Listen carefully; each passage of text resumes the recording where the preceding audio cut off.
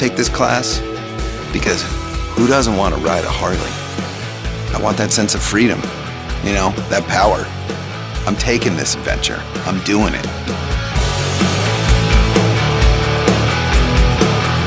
I went to the Riding Academy, and the first thing is that I learned how to ride on a Harley. They don't have you learn on just any bike. You actually start on a real Harley. The coaches are fantastic. They're really personable and friendly.